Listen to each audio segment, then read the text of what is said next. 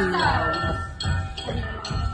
the context of head hunting in olden times, this position meant we are the bravest victorious warriors. And in the modified Bendian dance nowadays, this position means praise for the good harvest that the community received, and at the same time, just praise for the talent we have for now. Kinitangan.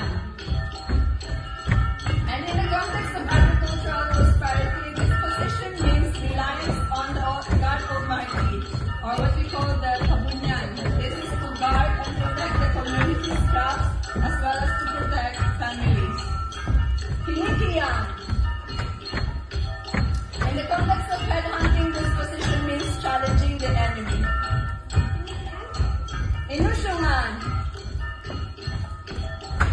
In the olden times of tribal wars, this position meant the warriors are protecting the community, and in the modified Bendian dance nowadays, this position means asking our God Almighty to watch over the crops and bless us and our families. Inudiyan.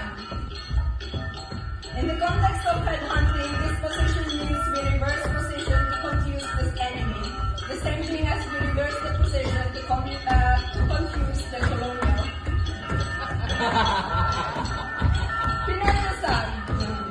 In the context of headhunting, this position symbolizes a successful head-taking, or in the context of agricultural prosperity, it means carrying back home fortune and bountiful harvest from the fields. And last but not the least, inabaya.